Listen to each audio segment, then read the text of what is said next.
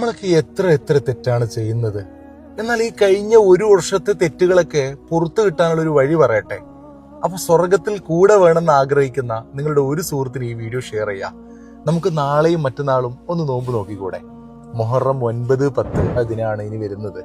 ആദം നബിയുടെ തൗബ സ്വീകരിച്ചതും മൂസാ നബി ഫിറഔനിൽ നിന്ന് രക്ഷപ്പെട്ടതും യൂനിസ് നബി അലി ഇസ്ലാം മത്സ്യത്തിന്റെ വയറ്റിൽ നിന്ന് മോചിതനായതും അയ്യൂബ് നബി അലി ഇസ്ലാമിന്റെ രോഗശിഫയാവുന്നതും നൂഹ് നബിയുടെ കപ്പൽ പ്രളയത്തിൽ നിന്ന് രക്ഷപ്പെട്ടതും ഇബ്രാഹിം നബി അലി ഇസ്ലാം അഗ്നി പരീക്ഷണം അതിജീവിച്ചതും യൂസുഫ് നബി അലി ഇസ്ലാം വർഷങ്ങൾക്ക് ശേഷം ഉപ്പാനെ കണ്ടുമുട്ടുന്നതും യാക്കൂബ് നബിക്ക് കാഴ്ച തിരിച്ചു കിട്ടുന്നതും ഈസാ നബി അലി ഇസ്ലാം അള്ളാഹു ആകാശത്തേക്ക് ഉയർത്തിയതും അങ്ങനെ ആദം നബി മുതൽ നബി സല്ലല്ലാഹു അലൈഹി വസല്ലം തങ്ങൾ വരെ ചരിത്രത്തിലെ ഏറ്റവും അത്ഭുതകരമായ ഒരുപാട് സംഭവങ്ങൾക്ക് സാക്ഷ്യം വഹിച്ച ദിവസമാണ് ഈ മുഹറം 10 ആശൂറാ ദിനം.